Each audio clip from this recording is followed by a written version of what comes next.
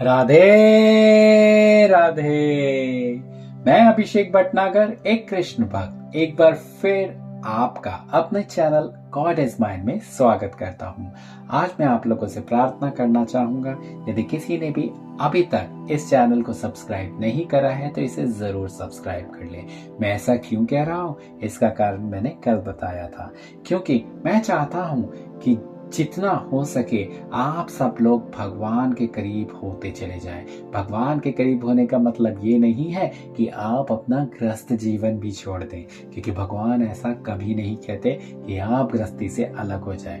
हमारे शास्त्रों में हर किसी धर्म का बारे में अलग से व्याख्यान है। गृहस्थ धर्म का भी व्याख्यान है कि एक गृहस्थ धर्म का पालन करने वाला हर किसी को अपने गृहस्थ धर्म को निभाना बहुत आवश्यक है। सबसे पहले क्योंकि इसमें वो सारे ऋण होते हैं जो हमें पूरे करने होते हैं, वो चाहे माता पिता के प्रति ऋण हो या पिता या पुत्र या पुत्री के प्रति ऋण हो। जिस तरीके से कहते हैं कन्यादान, जब एक पिता अपनी कन्या का दान करता है तो एक ऋण से वो और ऋण हो जाता है। तो इसी तरीके से जितने हमारे जिंदगी में ऋण होते हैं, वो गृहस्थ जीवन यदि आपने अपनाया है तो आप जब सारे उन ऋणों को पूरा कर जाएंगे, तभी आपका जो ऋण भगवान के प्रति है आप उसको उतार पाएंगे। तो इसीलिए मैं केवल इतना चाहता हूं कि जब आप इसको धीरे धीरे, क्योंकि ये श्रृंखला 1 साल के लिए हमने शुरू करी है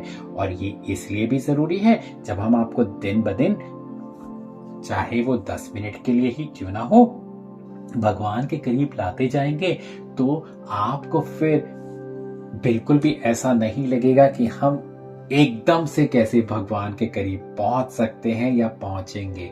क्योंकि आप धीरे धीरे जब जब भगवान की सारी लीलाओं को सुनते चले जाएंगे, आप भगवान के बहुत करीब हो जाएंगे और आपको ये सब पता चलता चला जाएगा कि आपके आसपास या आपके अतीत में या आपके वर्तमान में जो भी हो रहा है या जो हुआ था, उसका क्या कारण था, उसके पीछे क्या कारण था, या अब जो आपके भविष्य में आगे होगा उसके पीछे क्या कारण होगा। ये सब चीजें, मेरी बात जरूर मानिएगा, यकीन मानिएगा, आपको आभास होता चला जाएगा। जिस तरीके से कई बार माताएं कहती हैं, कोई भी माता होगी वो कई बार, जैसे मान लीजिए उसके पुत्र या पुत्री को कई बार चोट लग जाती है, तो वो जरूर कई बार ऐसा कहती है, आपने सुना होगा कि मुझे आभास हो रहा था कि ऐसा होने वाला है। तो वो इसलिए होता है क्योंकि एक माता का अपने पुत्र या पुत्री के लिए जो एक निष्ठा होती है वो इतनी प्रगाढ़ होती है कि उनको ये पता चल जाना कि ऐसा होने वाला है, ये बहुत ही अतुलनीय है, बहुत अतुलनीय है। जिस तरीके से इसके ऊपर मैंने एक चलचित्र भी बनाया था जिसमें एक हाथी और हाथिनी के बच्चे के बारे में मैंने आपको एक ज्ञान बताया था, जिसमें किस तरीके से वो लोग एक दूसरे की जान बचाने के लिए इतने आतुर हो जाते हैं कि उनको बस माँ को पुत्र की जान और पुत्र को माँ की जान के अलावा कुछ दिखाई नहीं पड़ता।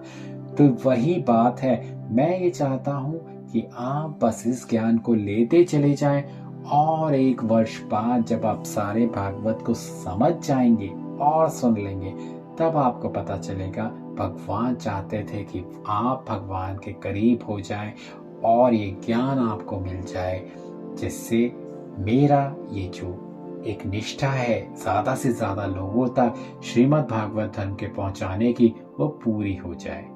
तो मैं आज अध्याय को पूरा करूंगा। जिस तरीके से हमारा कल समय ज्यादा हो जाने की वजह से हम लोगों ने 25वें अध्याय को 3रे स्कंद के पूरा नहीं किया था, आज हम उसको पूरा करेंगे, जिसमें भगवान श्री कपिल देव जी स्वामी अपनी माता देवहूति को बताएंगे कि किस तरह से पूजा का सरल मार्ग होता है। मेरे से यदि पूछेंगे तो आज के समय में तो पूजा का सरल मार्ग हो ही नहीं सकता, आज के समय से ज्यादा। एक अगर आप मुझसे पूछेंगे, YouTube चैनल्स हो चुके हैं, बहुत सारे चैनल हो गए, टीवी में इतने चैनल आते हैं, आप केवल उन्हें लगाइए और भक्ति में खो जाइए। क्यों है इससे ज्यादा कोई सरल बात? परंतु हम वो भी नहीं करते हैं, क्योंकि हम हमेशा ये दिखाते हैं कि हमारे पास तो समय ही नहीं है। जबकि अगर आप अपने दिल से पूछेंगे तो ऐसा नहीं है। क्या आप कभी दिन में खाना खाना भूलते हैं? नहीं भूलते ना। इसी तरीके से 10 मिनट निकालना या 15 मिनट निकालना आपको नहीं भूलना चाहिए, क्योंकि ये केवल आपके लिए है, केवल और केवल आपके लिए। यकीन मानिएगा, आदमी आता भी अकेले है और जाता भी अकेले है। तो इसीलिए ये बहुत जरूरी है कि आप अपने इस जीवन को सुधारें, क्योंकि जब आप अपने जीवन को सुधारेंगे तभी आप अपने जीवन से जुड़े हुए लोगों का जीवन सुधार पाएंगे। जिस तरीके से एक पिता यदि इस ज्ञान को लेगा तभी वो अपने पुत्र को समझा पाएगा या अपनी पुत्री को समझा पाएगा। बहुत जरूरी है, मेरी बात याद रखिएगा। अगर आपने समझ लिया तो बहुत अच्छा, नहीं तो ये तो हरी इच्छा है। जब हरि चाहेंगे तभी आप हरि के करीब हो पाएंगे। चलिए करते हैं आगे व्याख्यान। किस तरीके से कपिल देव जी मुनि और देवहूति माता जी के बीच में बात होती है। यह बात सुनते ही कपिल देव मुनि बोले, हे माता, पहले तुम प्रकृति का हाल जो शरीर कहलाता है सुनो। यही सतोगुण, रजोगुण और तमोगुण तीनों मिलकर जो एक जगह रहते हैं, उसे प्रकृति का मूल जानकर माया की उस जड़ को डालिया समझना चाहिए। अब ये रजोगुण, सतोगुण और तमोगुण क्या होते हैं, यदि किसी को नहीं पता तो इसके बारे में हमने एक पूरा अध्याय श्रीमद् भागवत में किया हुआ है, तो आप उसको सुन लीजिएगा। 24 तत्व उन शाखों के पत्ते हैं, उसी से सब जीवों का तन बनकर संसार की उत्पत्ति होती है। तुम आत्मा को, जिसे बोलता पुरुष कहते हैं, इन 24 तत्वों से पृथक जानो, क्योंकि वह आत्मा सदा एक रूप रहकर घटने, पड़ने, जन्म लेने और मरने से रहित है। 24 तत्व जिनके शरीर तैयार होता है सदा बनते और बिगड़ते रहते हैं। जो मनुष्य अपने तन और इंद्रियों के सुख को अपना सुख जानकर उससे प्रीति रखता है उसको अज्ञानी, और जो मनुष्य अपने शरीर में आत्मा को तन से सदा विलग जानता है उसको ज्ञानी समझना चाहिए। इन्हीं 24 तत्वों से देवता, मनुष्य, जड़ और चैतन्य आदि सब जीवों की उत्पत्ति होती है। इसलिए परमेश्वर को सबका मालिक और उत्पन्न करने वाला जानना चाहिए। सो हे माता, तुम अपने तन में, अपनी आत्मा में 24 तत्वों से पृथक जानो, तब तुम्हें ज्ञान प्राप्त होगा। तो यहाँ पे समाप्त होता है हमारा 25वां अध्याय।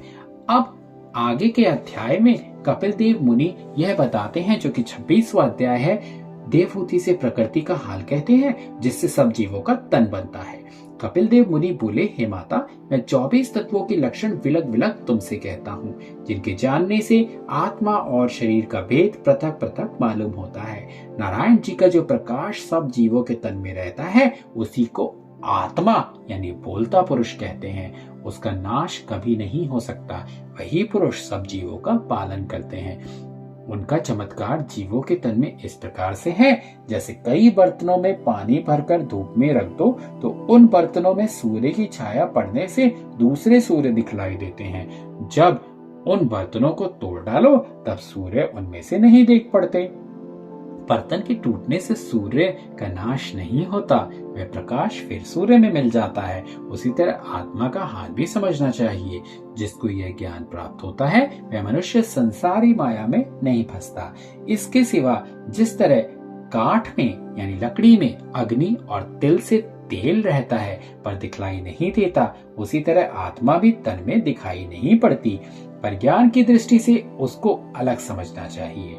क्योंकि जब तक वह बोलता पुरुष तन में रहता है तब तक उसका संग पाकर यह शरीर उसी की सामर्थ्य से चलने, बोलने, खाने, पीने और इंद्रियों को सुख देने के सब काम करता है। उस सुख का भोगने वाला उसी आत्मा पुरुष को, जो छोटा स्वरूप परमेश्वर का प्रकाश अंगूठे के समान सब शरीर में रहता है, समझना चाहिए। क्योंकि जब वह आत्मा पुरुष शरीर से निकलकर विलग हो जाता है तब वह तन पृथक या मृतक होकर गल सड़ जाने के सिवा किसी काम का नहीं हो सकता। यही समझकर आत्मा को 24 तत्वों से पृथक जानना चाहिए। जो लोग ज्ञानी हैं, वे आत्मा पुरुष को अविनाशी और शरीर को नश्वर जानकर इस शरीर से प्रीति नहीं रखते। प्रकृति का रूप पहले अच्छी तरह मालूम नहीं होता। जब सतोगुण, रजोगुण और तमोगुण उसमें मिल जाते हैं, तब उसका स्वरूप प्रकट होता है। शरीर में रहने वाला परमेश्वर का छोटा रूप योग अभ्यास किए बिना और ज्ञान प्राप्त किए बिना किसी को दिखलाई नहीं देता। वही पुरुष काल रूप बनकर बाहर रहता है। उसी को जानने के लिए संसार में यज्ञ, तप, दान और धर्म बने हैं। हे माता, जिसने उस पुरुष को पहचान कर उसे अपना मालिक और उत्पन्न करने वाला जाना, वह यज्ञ और तप आदि सब शुभ कर्म कर चुका। उसके जाने बिना सब सुकर्म व्यर्थ होते हैं। इसका जानना कुछ कठिन नहीं है। वह बहुत सहज में भक्ति व प्रेम करने से पहचाना जाते हैं। सो तुम भक्ति करके उन पुरुष को जानो, फिर तुम्हें दूसरी कोई बात करने का प्रयोजन नहीं रहेगा। संसारी सोच तुम्हारी छूट जाएगी। मैं 4 तरह की भक्ति, सात्विकी, राजसी, तामसी और नवधा तुमसे कहता हूँ, मन लगाकर सुनो। परमेश्वर के मिलने के लिए सात्विकी भक्ति जल के समान निर्मल है, जिसमें मुक्ति प्राप्त होने के सिवा दूसरी कामना नहीं रहती है। राजसी भक्ति स्त्री, द्रव्य और पुत्र आदि संसारी सुख के लिए समझो। तामसी भक्ति इस वास्ते है कि मेरा शत्रु मर जाए, और नवदा भक्ति करने वाले संसारी सुख और मुक्ति आदि किसी वस्तु की चाहना नहीं रखते हैं। इस तरह की भक्ति मुझे बहुत प्यारी मालूम होती है। भक्ति उसको कहते हैं कि मेरे चरण कमलों का ध्यान, जो अति सुंदर और कोमल है, बड़ी प्रीति और सच्चे मन से हृदय में रखे और 8 पहर मेरे नाम का स्मरण करे। हाथों से मेरी सेवा और पूजा तथा पैरों से तीर्थ यात्रा किया करे। जो लोग सात्विकी, राजसी और तामसी भक्ति करते हैं, मैं उनकी इच्छा और कामना पूरी कर देता हूँ, जिसमें उनका परिश्रम व्यर्थ ना हो। जो मनुष्य मेरी नवधा भक्ति करता है, उससे मैं बहुत प्रसन्न रहता हूँ और सोचता हूँ कौन वस्तु उसको देकर उसके बदले से उर्रण हो जाओ। हे माता, तुम मेरी नवदा भक्ति करो, मुक्ति पदवी पर पहुंच जाओगी। पर जो तुम अपने को यह जानती हो कि मैं राजा स्वयंभू मनु और शत्रुपा की बेटी, गर्दम ऋषिवर जी की स्त्री, राजा प्रियवत और तानपाद की बहन हूँ, तो यह शरीर का नाता सब झूठा जानकर हरि भक्तों और साधु संतों से नाता लगाओ। सब इंद्रियों को जो स्वाद व सुख उनकी चाहना परमेश्वर को अर्पण किए बिना मत करो। जब इस तरह तुम साधना करोगी, तब तुम्हारे हृदय में उस अविनाशी पुरुष का, आदि पुरुष का रूप तुमको अपने आप से दिखाई देगा। हे माता, यह ज्ञान उस मनुष्य को प्राप्त हो सकता है जो अपने धर्म पर स्थिर रहकर ज्ञानियों का सत्संग करे। जिस काम का फल बुरा है, वह कर्म ना करे। जो कुछ प्रारब्ध अनुसार उसे मिले, उस पर संतोष रखकर अधिक लोभ ना बढ़ावे। पेट भर ना खाए, जिसमें परमेश्वर का भजन व स्मरण करते समय आलस ना आए। जहाँ तीर्थ स्नान और ज्ञानियों का अच्छा सत्संग हो, वहां पर रहे, और जहाँ अच्छी संगति ना हो, वहां पर ना रहे। परमात्मा को अपने शरीर और सब जीवों में एक सा देखकर भूख, प्यास और दुख सुख को बराबर समझे। ऐसे मनुष्य को जीवोन्मुक्त कहते हैं। जब तक ऐसा ज्ञान ना प्राप्त हो, तब तक अपने वर्ण और आश्रम के अनुसार धर्म कर्म करता रहे। उसके करने से धीरे धीरे ज्ञान प्राप्त हो जाता है। देखिए, ये वही बात है जो मैंने आपको बताई थी। भगवान ये नहीं कहते कि आप हर वक्त केवल मेरे ही भक्ति में लग जाइए। भगवान ये कहते हैं कि जब मैं चाहूंगा, तब धीरे धीरे आपका ध्यान हटता चला जाएगा। सबसे पहले आपके लिए बहुत जरूरी है कि आप अपने कर्तव्य को पूरा करें, आप अपने गृहस्थी धर्म को पूरा करें।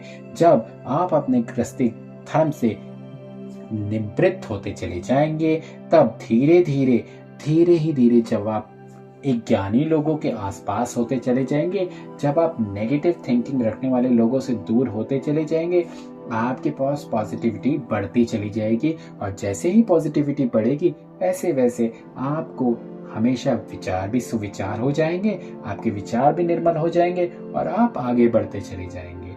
इसी तरीके से भगवान ने ये सारी माया रची है और इस माया को आप तभी जानेंगे जब आप भगवान को जानेंगे।